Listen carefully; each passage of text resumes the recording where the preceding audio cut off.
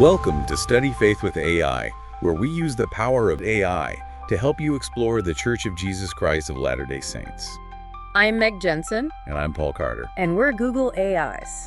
Whether you're a lifelong member or just starting to learn about the church, we're here to dive deep into its history, beliefs, and culture. So if you're ready to learn, you're in the right place. That's right. Let's get started. Welcome to the Deep Dive. Great to be here. Today, we're really getting into something fascinating. The 2-century story of Mormonism. Yeah, how it went from this, small, often really persecuted group. Right, known for things like prophets, the Book of Mormon, even polygamy historically. To what we often see today, this image of, strong family values, piety, kind of a mainstream faith. Exactly. And for this deep dive, we've got some interesting stuff to look at. We do. We've pulled together historical accounts, academic work, looking at Mormonism around the world, how its identity has shifted. And also studies on where it fits in the religious landscape right now. It's a good mix. So our goal, really, is to understand what being a Mormon actually means. How has that changed over 200 years? And this whole idea of being in the world but not of the world, how does that play out? Yeah, and looking at the challenges they're facing now with society shifting and, where the faith might be headed. It's important to start by remembering those early perceptions, though. I mean, a new scripture alongside the Bible, the Book of Mormon, believing in modern prophets. And polygamy, of course. Yeah. That really set them apart. People saw them as, peculiar. Distinctly different, yeah. Okay, so let's rewind. Joseph Smith. He's the key figure, the founder, the prophet. Right. And the Book of Mormon, that really kicked things off, didn't it? Absolutely foundational. Joseph Smith's story of finding and translating these golden plates, this whole narrative about ancient America, it created a very unique theology. Different from other Christian groups at the time. Very. And that uniqueness, it fueled immediate growth. Missionaries went out, people joined. But that growth wasn't easy. They faced a lot of opposition, had to move several times, always with this idea of building Zion. That's right. This vision of a gathering place, Zion, led them first to Kirtland, Ohio, then Jackson County, Missouri. But settling didn't always go smoothly. No. The sheer number of Mormon settlers moving in often created tension with the people already there. Yeah. Social friction, economic competition. And suspicion about their beliefs. Definitely. In Missouri, it got really bad. Violence, conflict. Eventually, they were forced out. Expelled, basically. First from Jackson County, then other places too, until they landed in Caldwell County. But even there, the trouble continued. Which brings us to Nauvoo, Illinois. That period seems huge. Yeah. Joseph Smith wasn't just a religious leader anymore. No, he really wasn't. Nauvoo grew incredibly fast, and Smith ended up as mayor, chief justice. He even commanded the local militia, the Nauvoo Legion. Wow. So from the outside, it looked like a theocracy was forming. Which just increased the suspicion and hostility. Exactly. And then the incident with the printing press, destroying a press that was critical of Smith, that really lit a fuse. And it all tragically ended with Joseph Smith's murder in 1844.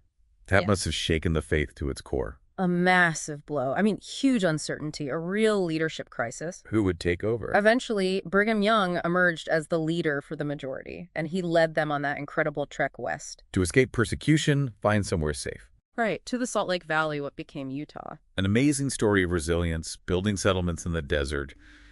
But even Utah wasn't the end of the conflict. Right. You had the Utah War, the Mountain Meadows Massacre. And then there's the big one, polygamy. Plural marriage. Mm-hmm. That practice, maybe more than anything else, really ignited this intense backlash from wider American society. Absolutely. You see it everywhere in the newspapers, cartoons of the time, endless legal challenges, even Mormons being jailed for it. Right. Plural marriage, or the principle, as they often called it, was, for a segment of the early church, a religiously motivated practice. They believed it was divinely revealed to Joseph Smith. Mm-hmm. But, it flew directly in the face of 19th century American social and moral norms. Mm-hmm. So the condemnation was widespread, and the legal pushback was really significant. Okay, so let's jump forward a bit. Early 20th century, we start seeing this definite shift, more towards mainstream acceptance. What were the key things driving that change? Well, the official end of polygamy, which happened in stages late 19th, early 20th century, that was absolutely critical. Ought to be. By formally stopping the practice, the church basically signaled, okay, We want to align more with broader American social norms. It was the start of reintegration. It tackled the single biggest point of public opposition. That must have been a huge internal decision, though. Probably not easy. Were there divisions about stopping polygamy? Oh, absolutely. Historical analysis shows it wasn't, universally popular inside the church. What? There was significant debate, adjustment needed, but ultimately the leadership decided integration into American society was crucial for the church's long-term survival and growth. And that decision kind of opened the door for other shifts in perception. You start seeing more emphasis on things like patriotism, hard work values that really resonated with mainstream America. And that helped contribute to their rising socioeconomic status, too. It was a conscious effort, really, starting in the early 1900s. Church leaders wanted greater integration into American life. And culture played a role. A big role. Think about the Mormon Tabernacle Choir. Their national radio broadcast started way back in 1929. Wow, that early. Yeah. And it was fantastic public relations. It showed a different side of Mormonism, beautiful music, artistry reaching people across the country, kind of softening that peculiar image. That's smart. And besides culture, there was more emphasis on being good citizens, contributing economically. Absolutely. Patriotism, industry, hard work, these were stressed. And as Mormons became more successful socioeconomically, integrated into professions, that changed perceptions too. And people started moving out of Utah more. Right, especially during the Great Depression. That spread members across the country, leading to more everyday interactions between Mormons and non-Mormons, just more familiarity. But how did they keep that strong sense of community going as people spread out? They were very proactive about it. The church set up all sorts of programs. Like what? Well, youth programs were huge. Boy Scouting, the Young Women Organization, lots of social events, dances, sports leagues. Keeping people connected. Exactly. And a really strong religious education system to pass on beliefs to the next generation. Plus, during the Depression, they started a welfare program. For their own members. Initially, yes, but it grew and evolved into this massive global humanitarian aid operation they run today. It showed commitment to service, social responsibility. So, moving beyond the history, let's talk about the core beliefs and practices. What really defines Mormon identity today? Well, number one, absolutely central, is the family. The eternal family. Exactly. Believed to be eternal, central to God's plan.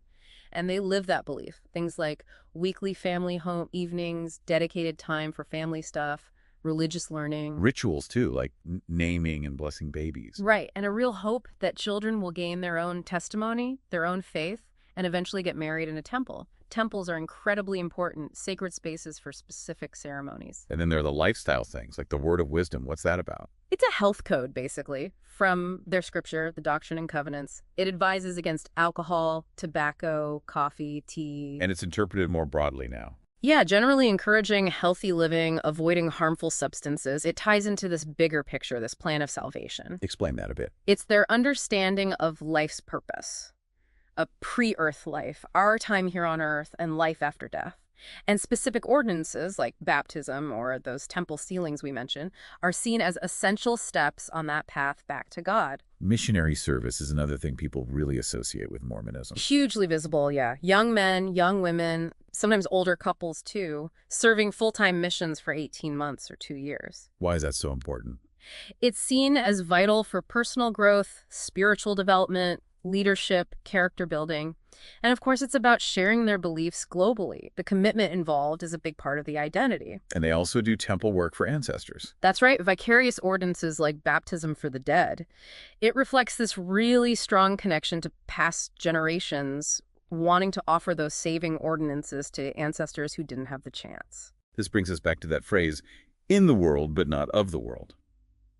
It feels like a key concept for understanding how Mormons navigate modern life. It really is. It's this constant balancing act. How so? Well, members are encouraged to be active in society, contribute positively, be good neighbors and professionals. But at the same time, hold on to a distinct identity based on their religious principles. Exactly. There's a real awareness, maybe even a concern about becoming too assimilated, losing what makes their faith unique and, in their view, spiritually protective. And that often means holding distinct views on social issues. It can, yeah. For instance, their emphasis on traditional family structures and the law of chastity, which restricts sexual relations to within a heterosexual marriage, often differs from broader societal norms today. The church also has specific teachings on things like abortion. Correct. And even things that might seem smaller, like guidelines on dress and appearance in pamphlets like For the Strength of Youth, reinforce this idea of living a distinct lifestyle. The church's stance on LGBTQ issues is obviously a major point of discussion right now. How does that fit into this in the world, not of the world framework? It's complex. The church stresses love and compassion for everyone, acknowledging same-sex attraction. Right. But based on their doctrine of marriage between a man and a woman, homosexual acts are prohibited under the law of chastity. This creates significant tension as societal views evolve. Right. And it's important to distinguish the main church from fundamentalist groups still practicing polygamy. Absolutely critical distinction. The mainstream church renounced polygamy over a century ago and has no connection with groups that continue it. Let's revisit that term, peculiar people. It comes from the Bible, but how do Mormons understand it today? They generally embrace it, but not meaning strange in a bad way, more like Yeah. special, distinct, chosen for a purpose, committed to a higher standard. Different, yes. And that sense of distinctiveness also fuels their commitment to service, that huge humanitarian aid effort we mentioned. It comes from a principle called consecration, dedicating time, talents, resources to God and others. So looking at the present and maybe towards the future, what are the big challenges Mormonism is facing right now? Well, like many religions, they're grappling with the rise of the knowns, young adults, especially identifying as religiously unaffiliated or just practicing less traditionally. Is Mormonism affected by that too? It is. While their retention rates have often been higher than some other groups, they're definitely not immune to these larger societal shifts in religious belief and practice. And what about the political landscape? Especially in the U.S., religion and politics seem increasingly intertwined. That's another challenge. In the U.S., highly religious people are often linked with the Republican Party and conservative views, while the church itself is politically neutral. That association can be tricky for members who don't fit that mold, or for dialogue with people holding different views. Right. And just generally keeping people engaged and active in the faith into adulthood, especially if they didn't grow up in a super observant home, is an ongoing focus. You mentioned LGBTQ issues earlier. That seems like a persistent point of tension as societal views change so rapidly. It really is. Balancing core doctrines with pastoral care and navigating evolving social norms around sexuality and gender identity is a significant ongoing challenge, both internally and in public perception. And there's sometimes tension between faith and intellectual inquiry. Historically, yes. There have been cases where Mormon scholars faced discipline for work seen as challenging traditional narratives or doctrines. Finding that balance between faith and open inquiry is an ongoing conversation. But it's not just an American church anymore, is it? It's truly global now. Massively so. A majority of members actually live outside the United States now. How does that change things? It means constantly adapting.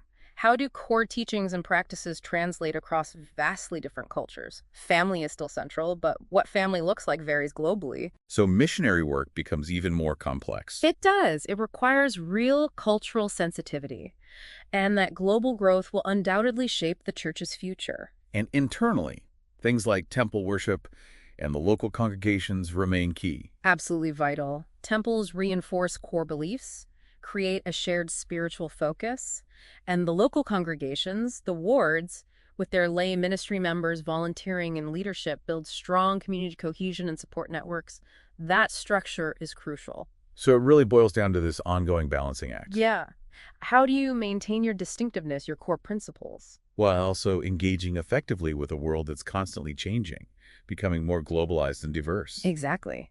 How do you ensure the message resonates across all these different cultures and contexts while staying true to what you believe are foundational truths? That's the central question, I think. This has been incredibly insightful. We've traced this journey from, a small, misunderstood group to a major global faith. Covering a lot of ground, from early conflicts to modern challenges. And really digging into that complex idea of being in the world, but not of the world. It's a dynamic story still unfolding.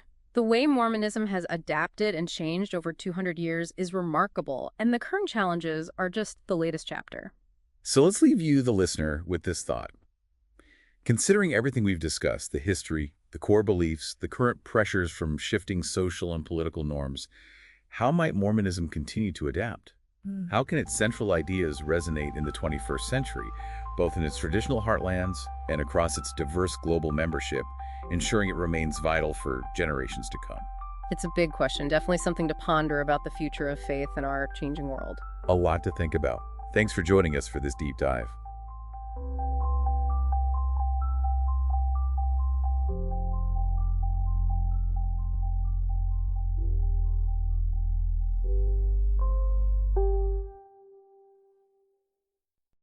If you find value in this exploration, please like, share, follow, and consider becoming a subscriber. Your contributions help keep these conversations going and allows us to maintain the highest quality production. You can find all the details at studyfaithwithai.com. Thank you for being part of this journey.